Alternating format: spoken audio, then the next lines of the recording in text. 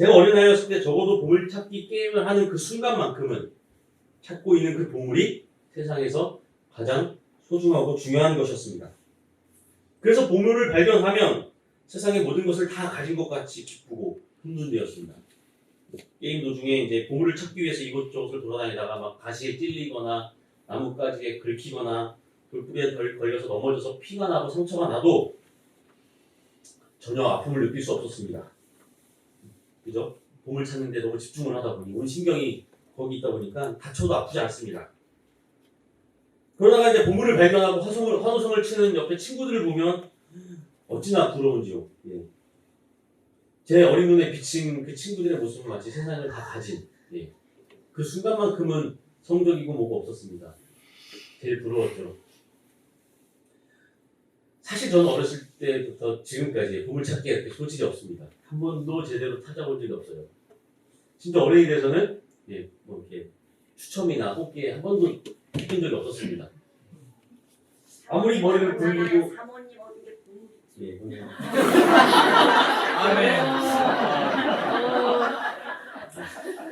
쟁취한 거지.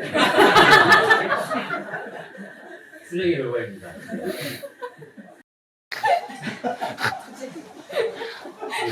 아무리 머리를 굴리고 예, 뒤져보아도 제 눈에는 그 보물이 잘 안 띄더라고요. 근데 친구들은 막 귀신같이 찾아내고 뭐 어떤 아이는 막 5개, 6개 막 하면서 이렇게 자랑을 합니다. 사실 예전에 그 보물찾기의 보물은 하얀 종이였어요. 종이에다가 선물을 접고 접어서 이제 곳곳에 선생님도 신경 씁니다. 근데 제가 딱 집으면 꼭 검종이나 누가 버린 그냥 쓸모없는 종이었던 적이 있습니다. 참 제가 너무 머리가 좋아서 그런 걸까요? 근데 머리가 너무 많이 굴리는 건지 그 종이가 잘 보이지 않더라고요. 단순해야 잘 보이는데 예. 그러다가 이제 게임이 거의 다 끝나갈 때쯤 선생님께서 못 찾은 애들을 이렇게 부릅니다. 얘들아 이리 와. 그 다음에 처음에는 이제 힌트를 주죠. 저기 단풍나무 근처에 뭐 바위 근처에 찾아봐. 근데 이제 눈치 없는 애들은 그때도 못 찾아요. 그러다가 이제 게임이 끝나면 선생님이 주머니에다 감춰뒀던 예, 보물을 하나씩 나눠줍니다. 친구들한테 얘기하지 마. 이러면서. 자, 결국 스스로 보물을 찾지 못하고 선생님의 도움으로 혹은 선생님에게 도움을 얻게 될 때 기분이 어땠을까요? 좋을까요? 찝찝합니다. 별로 좋지 않습니다. 스스로 그죠. 안 맞는 것보다는 나을 수도 있겠지만 오늘 설교 주제에 따르면 네, 아닙니다. 안 맞는 건 못합니다. 스스로 보물을 찾아 헤매다가 발견했을 때 그 기쁨을 공짜로 얻거나 누군가의 도움을 통해 얻으면 예, 누릴 수 없게 되겠죠. 그리고 더 재밌는 것은 스스로 그 보물을 찾았을 때 그 하얀 종이에 적힌 보물이 연필 한 자루, 공책 한 권이었는데도 마치 세상에서 제일 값진 보물을 얻은 기분입니다. 하지만 보물 찾기에 실패하고 선생님에게 공짜로 보물을 얻으면 그냥 연필 한 자루, 공책 한 권이죠. 집에 몇 권 있는데 뭐 집에 몇 자루 있는데 이게 뭐야? 김 빠지고 서운합니다. 왜 같은 연필 한 자루, 같은 공책 한 권인데 내가 스스로 찾는 경우에는 세상에서 가장 특별한 것이 되고 그렇지 못할 경우에는 그저 그런 물건이 될까요? 그 비밀은 바로 보물이 소중한 이유가 그 물건 자체에 있는 것이 아니라 바로 그것을 얻고자 하는 간절한 마음과 그 간절한 마음을 통해 드러나는 행동에 있기 때문입니다. 사실 어른들에게 보물찾기는 가장 귀찮고 재미없는 게임 중에 하나입니다. 그죠? 나중에 이제 수련회 가서 한번 해보면은 이제 열심히 드러날 겁니다. 이거 그런 거예요. 귀찮게. 왜 그럴까요? 어른들은 이미 많은 것을 가지고 있기 때문입니다. 그렇기 때문에 게임에서 찾는 보물 따위는 있어도 그만 없어도 그만이죠. 그리고 그 보물이라고 숨겨놓은 것들이 사실 아주 그렇게 값어치가 안 나가는 것을 미리 알고 있습니다. 얼마나 좋아야 좋겠어. 교회에서 주는 선물인데. 그죠? 뿐만 아니라 어른들의 머릿속에는 이미 그 선물, 보물 말고 삶 속에서 일상 가운데 여러 가지 생각들과 일에 대한 사념들로 가득 차 있습니다. 그래서 그 보물이나 이런 거에 신경 쓸 겨를이 없습니다. 그래서 그저 그냥 찾는 신용만 하고 별로 흥미를 느끼지 못하게 됩니다. 그 선물 그냥 돈 주고 사면 되죠, 그죠? 오늘 함께 읽은 본문에서 예수는 하나님 나라를 이 보물에 비유하고 있습니다. 예수께서 다양한 비유를 통해 하나님 나라에 관해 말합니다. 하지만 재미있는 것은 그 비유가 하나님 나라는 어떠한 것이다 라고 구체적으로 알려주지 않는다는 겁니다. 예수께서는 비유를 통해 하나님 나라에 관해 이야기는 하지만 결코 하나님 나라의 속성 그 자체를 직접 말하고 있지는 않습니다. 오히려 그 하나님 나라를 대하는 혹은 그 하나님 나라에 관계하고 있는 사람의 행위에 초점을 맞추고 있습니다. 그 중에서도 오늘 본문에 나오는 두 비유는 이러한 특성을 가장 여러분이 잘 보여주는 비유라고 할 수 있습니다. 또 가장 유명한 비유 중에 하나죠. 첫 번째 비유입니다. 하늘나라는 밭에 숨겨놓은 보물과 같다. 어떤 사람이 그것을 발견하면 제자리에 숨겨두고 기뻐하며 집에 돌아가서는 가진 것을 다 팔아서 그 밭을 산다. 언뜻 하나님 나라와 숨겨진 보물을 직접 비교하는 것처럼 보입니다. 하지만 사실 이 비유의 핵심은 바로 마지막 구절에 있습니다. 바로 가진 것을 다 팔아서 그 밭을 산다입니다. 한 사람이 남의 밭에 묻혀있는 보물을 우연히 발견합니다. 그는 그 보물을 발견하자 아무에게도 말하지 않고 다시 그 보물을 밭에 숨겨놓습니다. 제자리에 묻어놓습니다. 그리고 나서 그는 그 보물을 갖기 위해 자신의 집으로 가서 전 재산을 다 팔아 그 밭을 다시 삽니다. 그런데 그 밭의 원래 주인은 왜 그 밭을 그렇게 쉽게 팔았을까요? 두 가지 가능성에 대해 한번 생각해 봤습니다. 하나는 그 밭에 보물이 묻혀 있는지를 전혀 몰랐을 경우입니다. 이 경우 그 밭의 주인은 아마 그 보물을 감춘 그 원주인의 후손이거나 아니면 그 원주인으로부터 빼앗은 사람일 것입니다. 그렇지 않다면 말이 안 돼요. 원주인에게 산 사람이라면 원주인이 그 보물을 파헤치지 않고 팔 이유가 없습니다. 그죠? 자기 의지대로 그 밭을 넘겼으면 그 밭에 있는 보물을 이미 원주인은 차지했을 것입니다. 하지만 어떤 연유에든 간에 그 밭의 보물은 그대로 남겨 있습니다. 후손일 경우 어떤 연유에서인지 그 보물의 존재를 전혀 듣지 못했습니다.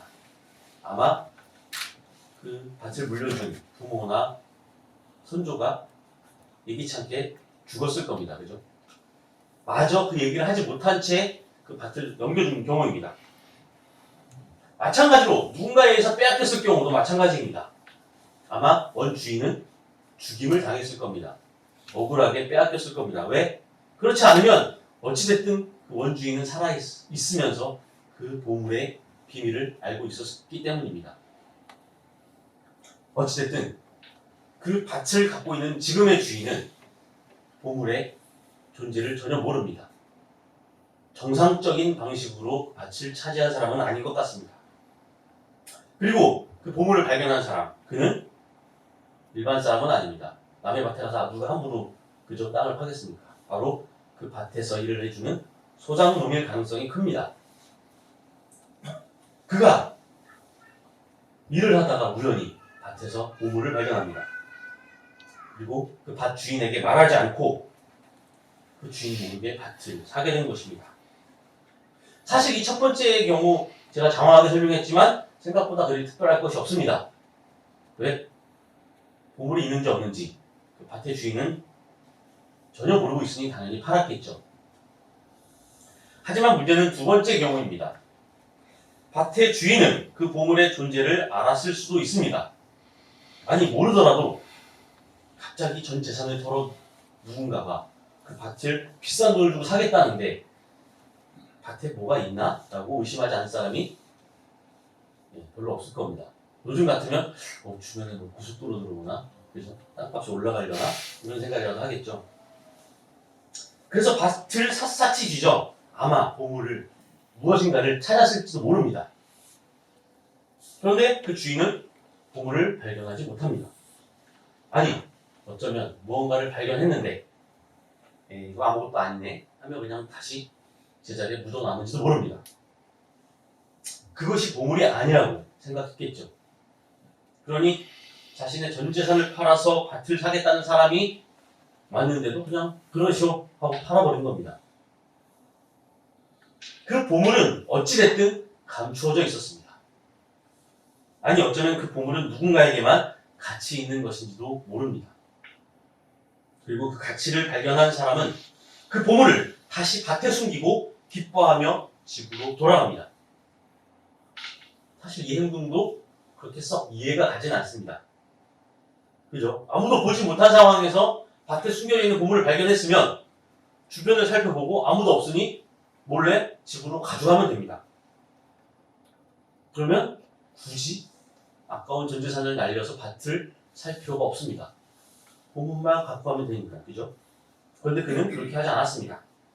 발견한 보물을 다시 밭에 묻고 기뻐하며 집으로 돌아갑니다. 그리고 그는 알았습니다. 그 보물은 오로지 자신에게만 가치 있는 것이라는 것. 그리고 다른 사람들은 그 보물의 가치를 아직 알아보지 못했다는 것 말입니다. 그리고 아직 그 보물의 가치가 필요한 때가 아니라는 사실을 그는 알고 있었습니다.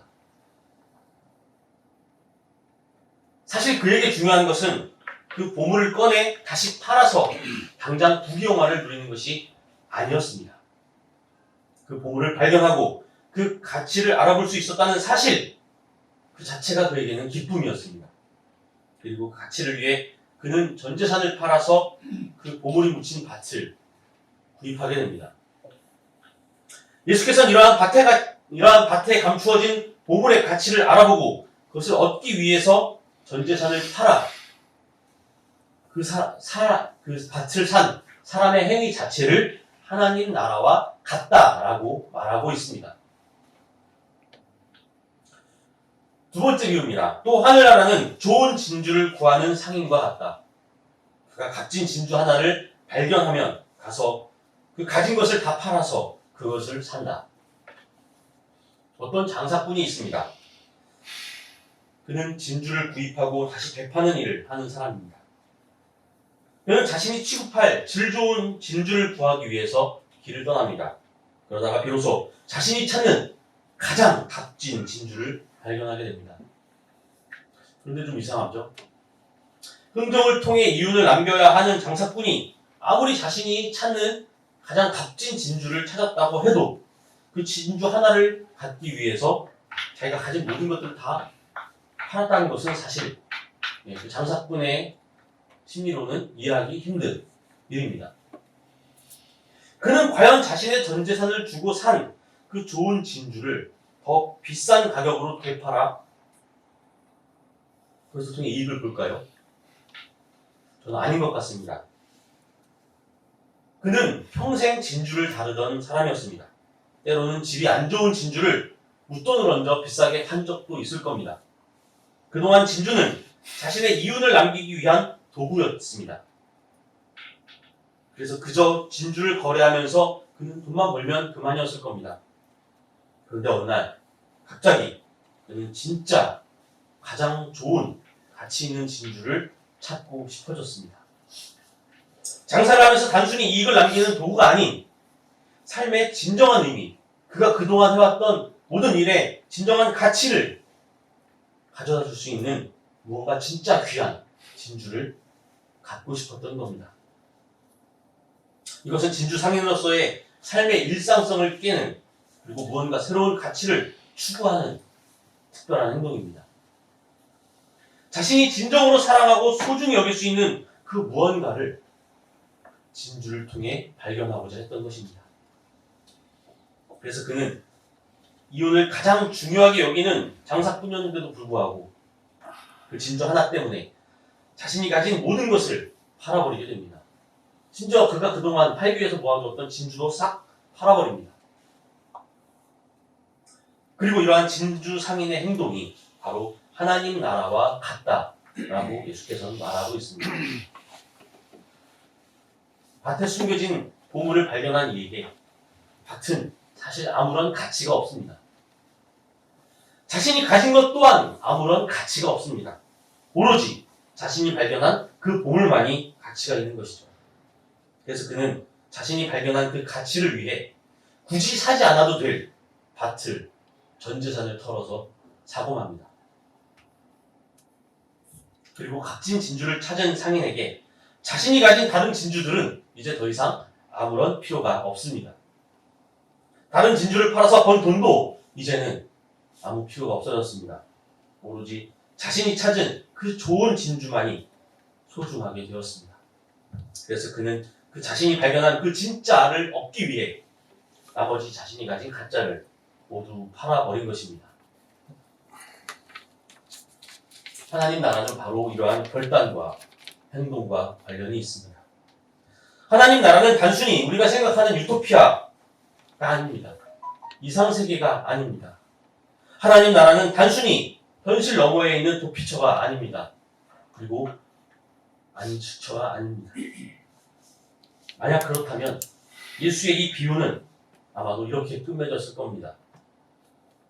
그는 전 재산을 주고 산 그 밭에 있는 보물을 꺼내 팔고 부귀영화를 누렸다.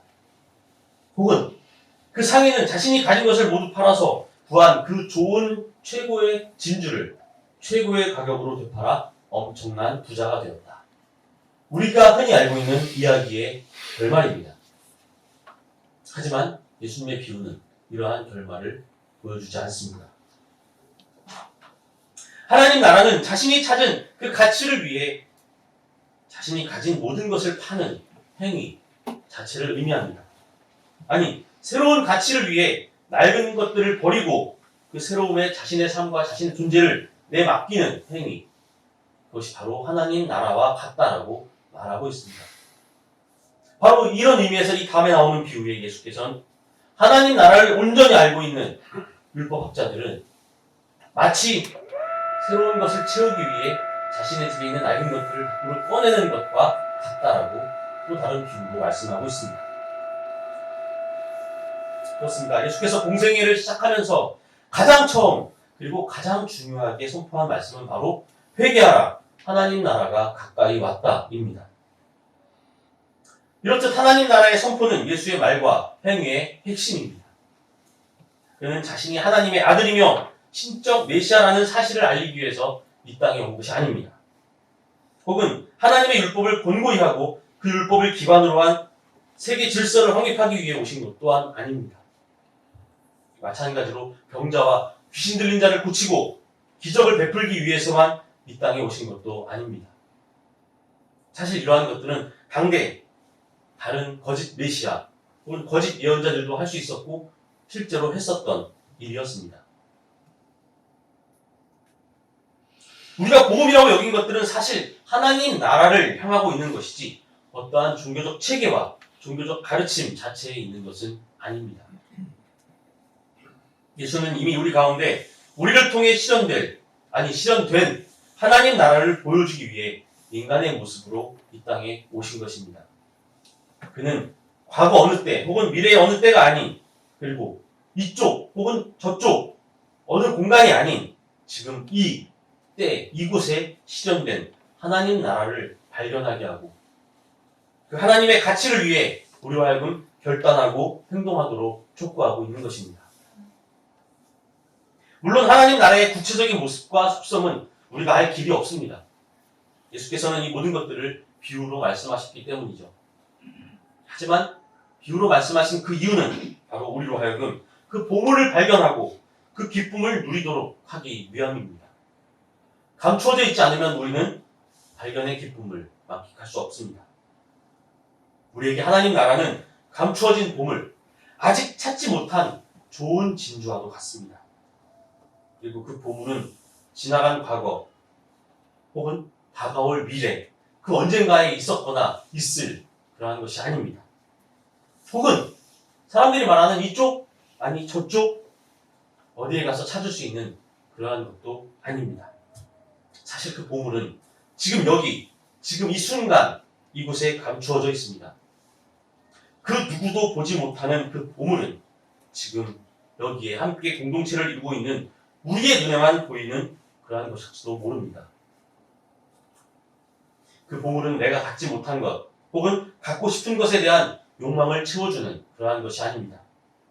하지만 그것은 내 삶 전체를 통해 찾아야 할, 그리고 다른 것과 바꿀 수 없는 그러한 가치입니다. 명예도, 재산도, 나 자신도 버릴 수 있는 그러한 기쁨을 주지 못하는 것은 참 가치가 아닙니다. 그리고 그러한 것은 보물이 아닙니다. 사랑하는 교권님들, 우리가 추구해야 하는 가치는 무엇입니까? 사랑입니까? 자기애입니까? 정의입니까?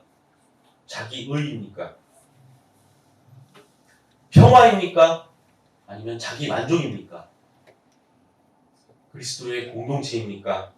아니면 그저 우리만의 울타리입니까?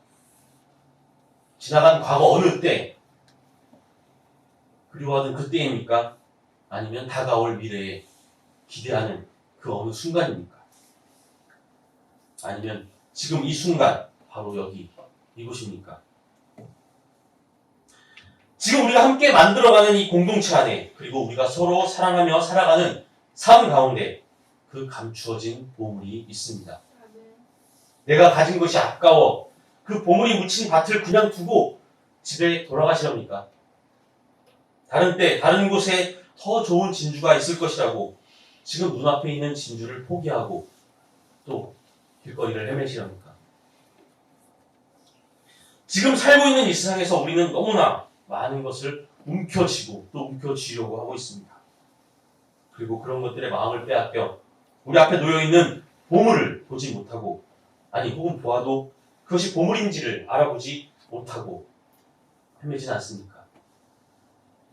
마치 어른들이 보물찾기 게임에서 성의 없이 그저 보물을 찾는 신용만 하듯이 말이죠.